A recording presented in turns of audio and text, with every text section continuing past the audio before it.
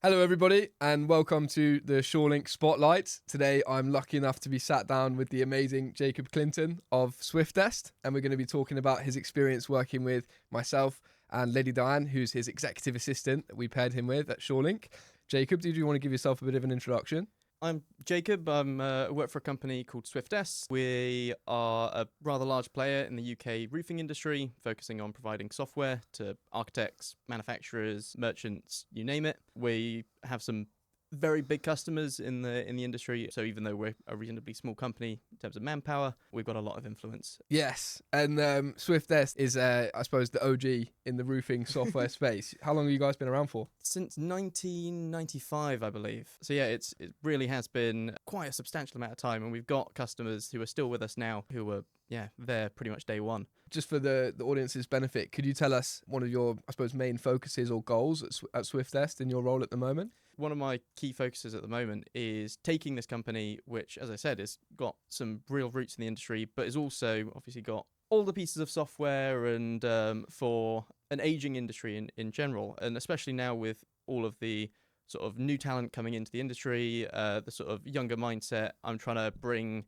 more scalability, move everything to the web, sort of prepare the company for success. To clarify what Jacob was saying, that the company's been around since 1995. That means the senior team are rather senior. Jacob's like the young gun who's been recruited to come in and take the company to new heights. I know, Jacob, you're into quite modern different technologies and innovations such as AI. So that's a really cool thing. Yeah, trying to bring sort of, a mixture of AI. One of the first things I did at the company was creating sort of 2D and 3D rendering so that you can see a roof actually online and see it being built and scaled in real time as you're putting your inputs in, and sort of taking that new, fresh look at the industry, what we can offer, and how we can just give our customers a much better experience. Fantastic. I love that. Now, for the reason that we're sat here today, obviously Jacob and I have been working together for the past 2 months. Jacob he's obviously spearheading the company growth at Swiftest, which is not an easy job. And it comes with wearing a lot of different hats, like a lot of the clients and business owners that we help here at SureLink. When we first came into contact, he was looking for some support, and we were lucky enough to find him an amazing candidate called Lady Diane. We're really here today to talk about that experience. So could you share some of the main kind of challenges that you were facing before you started working with us here at SureLink? Yeah, so I've had to take on unbelievable amount of hats to try and keep everything running. As I said, software developer by trade, but now I'm trying to learn marketing, now I'm trying to learn sales, finance, legal, etc. And it was just all getting a bit too much to try and sort of be a full-time programmer and deal with all of this extra stuff. We had just had to say goodbye to one of our team members and was looking for a replacement ASAP, and that's when you reached out. Not only were we able to get Lady Diane, who was incredible, and I'm sure we'll go into a bit more about what we've been able to achieve with her and her skill set, but also the turnaround to go from we desperately need some more help, we need some more people on board, to actually having Lady Diane starting was so much faster than I'd ever expected. It was a matter of weeks, I think it was, where I was expecting sort of a recruitment process to usually take months. Fantastic. That's great to hear. You're probably speaking for a lot of people in your situation, running or growing a small business, especially with a small team in the UK, right? Because it's like in your office, there's pretty much only 2 people and you're expected to do so much. Mm-hmm. And that can be really stressful, and I've kind of gotten used to the burnout cycle at this point in time. Not only am I doing so much work, I'm doing so much work that's not my specialty. It's not what I want to do. It's not where my value is, which is and was incredibly draining. So the importance of getting someone on board that not only can help take off some of that load, but bring in the skill sets that actually mean that the job isn't just done, the job's done well. Yes. That's what was sort of, I think, the biggest takeaway of taking Diane on was. Yes, that makes total sense. And I think going back to the comment I made about your senior team being rather senior, I think they did have some reservations about outsourcing tasks in the business to the Philippines after a bad experience in the past. Yeah. Could you share some of those reservations? No, happy to. So Swiftest previously had hired someone from the Philippines in a similar company set up as yours, but communication was poor, but also just the person that they'd recruited simply wasn't set up to be able to handle the workload, which is just completely different to the experience that I've received from SureLink. That's one of the main concerns I think that the company owners had going into this. But as soon as I actually was able to get on a call with one of the company owners, yourself and Diane, a lot of that concern and worry went out the window. And obviously, as she's been progressing and providing things for the company, it's been harder and harder for them to sort of keep hold of those concerns and biases. Yes. So you'd say in terms of those concerns, they were more like it was due to a bad experience in the past? It definitely due to a bad experience in the past, but as always, especially people in the older generation, there are always going to be some biases in terms of preferring UK employees or prefer sort of that safety that comes from people that share the same culture and stuff that you. There were worries about language barriers, how our customers would feel if they were on the phone or contacted by someone with a Philippines accent. But once again, actually speaking to Diane, actually having her on a call, I think that was incredibly valuable. Just immediately, at least with the company owner that was in that call, suddenly went from, oh, yeah, maybe we could possibly think about doing this, to, oh, this is actually a positive way forwards, and I can definitely see how this is going to work. Yes, yeah. So I think, is that what you'd recommend to somebody who was still holding on to those kind of hesitations, just go and actually meet someone and give it a go? Yeah, I mean, that was, one of the main things that really sold it for me. Yeah, you came to me with this candidate. On paper, they looked really great, but it's still a new experience for me. The company, when they hired for the Philippines previously, was before I joined the company, so I'd have no experience with what it's like. I'd obviously had heard a lot of the negative experiences from the guys there. But yeah, like I said, all of that was just melted away immediately as soon as I actually sat down, spoke with Lady Diane, and immediately sort of form a connection and see how she could really be an asset to the company. Yeah, and I remember on the meeting where we introduced Diane to you guys, I think that was something that was very evident, was almost like a surprise, right? Mm-hmm. Like, number one, like they're competent, they're professional, and they're capable, but also how many things they're capable of doing. Upon meeting Diane, it was almost like there were sparks flying in terms of like the things that you could achieve with this new team member, which I thought was amazing. Yeah, I think originally we were looking for sort of a very specific skills, sort of a very sort of narrow job description. But like I said, when I was actually reviewing Diane's CV and seeing that she had experience with not only finance, but she'd also had experience with project management, she'd had experience leadership, she'd had experience with online payment systems and surveys, marketing, lead generation, and suddenly sort of the cog started going and thinking, wait, why would her job have to be so sort of narrow and sort of limited?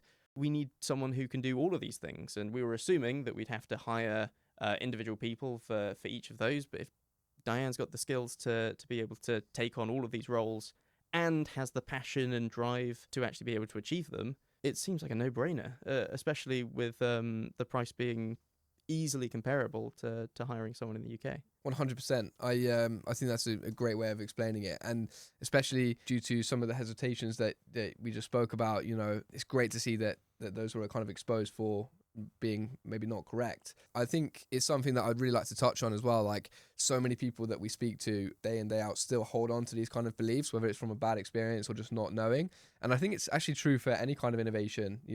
It's always a risk, right? If you haven't had a good experience before, or you're not sure if it's going to work out, hiring somebody new, it takes time financially and energetically as well. It can be really hard for people to make that kind of leap. What would you suggest to someone who's going through that same process that you were going through, looking back? When you actually compared the skill sets of the candidates that you were and the talent you're able to get for the Philippines compared to people around the same price point in the UK, it's difficult to even compare the sort of qualification levels, because you're able to get someone like Diane who had just this wealth of knowledge and experience to be able to back up her skills. And then, like I said, the price itself is cheaper than we would have expected if we'd hired someone locally with half the amount of skills. Awesome. So just so the audience is clear, could you share some of the key tasks that Diane is working on at the moment? There's no one with sales experience. There's no one with marketing. And the company has really suffered because of that. We don't have, we didn't have newsletters. We didn't have surveys, testimonials. Our website looked like it was made in 2005. for, because I'm pretty sure it was. Not only has she been willing to and able to pick them up and sort of fill in the parts that we're lacking, but she's also bringing in all these new ideas from her previous sort of past experiences. The idea for the survey was something that I didn't prompt her for, wasn't asked for. She thought that'd be a great way to get some feedback, but also to then use it in our marketing efforts. Now that we're updating our website, being able to put testimonials on the site is incredibly valuable. That project was completely on her. And now we've got a wealth of testimonials from customers, which not only are going to be great for marketing, but it was great just seeing that, actually having that response from customers, which we just haven't asked for before, and is stuff that we're definitely going to be doing again. Yes, and it's great that you can trust Lady Diane to kind of spearhead that kind of project to develop the business, because obviously going back to what we were saying earlier before you came into contact with us, you had so many things to do on your plate all the time. Mm-hmm. There was just no way that you could actually have made time for that. So it's really, really great to hear that you've been able to experience that kind of support and growth now with Diane. I'm really glad. The amount of work that I was trying to take on previously was simply unsustainable. But now, as I've told you before, not only has she been able to save me time so I can continue focusing on development, continue focusing on the sort of areas where I'm really providing value to the company, but it's gotten to the point where I've actually just started my master's. With now that, obviously, like I said, the extra time and sort of extra freedom and that I've been given, that's the kind of time that I've been able to save, because I'm no longer having to fret about certain emails or clear out our CRM system or create marketing campaigns. That alone easily is worth every penny we spent. Fantastic. I've got to say that is really incredible that you've been able to do that. And it's also a testament to your character, because most people, when they get a bit of extra time, they might think about spending more time with their family or maybe going out with some friends and going to play sports or something. But you decided to take on more. That's a bad habit of mine. I'm not a fan of standing still. Yeah. Constantly pushing myself. Yeah, it's probably one of the reasons why I've enjoyed the company so much, because it's given me so much to do. It's given me so much to be able to focus on. And it's really great to hear that Diane's support and Shawling's support has enabled you to be able to take on that new opportunity. That's exactly what we're about. So I'm so glad that that's worked out for you in that way. So thanks for sharing all of that. And it's really good to hear like some positive feedback about us and the experience. Now I'd just like to take a moment to actually talk about what you've learned with bringing Diane into the team. Obviously, it was the first time that you've personally outsourced overseas. It's a new experience and certainly something that would come with its, I suppose, challenges and lessons. So for the listener who's obviously somebody that's considering outsourcing, what would you say that has been your key kind of learnings throughout the process since taking Diane on? It was a real change in mindset for myself to make sure that I know what it is that we want as a company, know what it is that we're working towards, and know sort of the best areas that she should be focusing on. But also learning better ways to communicate, better ways to assign tasks, better ways to set Diane up for success, because there were some teething issues early on in terms of her not understanding the industry that we're in, not having that sort of same experience that obviously I've gained over the last few years of being in it. Fantastic. And I'm so glad that Diane's been able to come in and support you to achieve your goals with that, because obviously, you've got some really big ones at Swiftest, and so having that support in place is fundamental. Jacob, thank you so much for your time and for coming on today. Is there anything else you'd like to share with the audience before we finish up? If you are sort of at a point where you're uncertain, or if you are not really sure if this is the sort of right move for you, just have a call. Talk to you quite a few times about it, and you've got so many resources, so many sort of case studies, great user experiences, testimonials, etc. Yeah, I feel like a simple call will really make or break whether you think it's gonna be right for them. Fantastic. Thanks so much, Jacob. It's been awesome, and thanks so much for listening. Thanks for having me. Cheers, mate.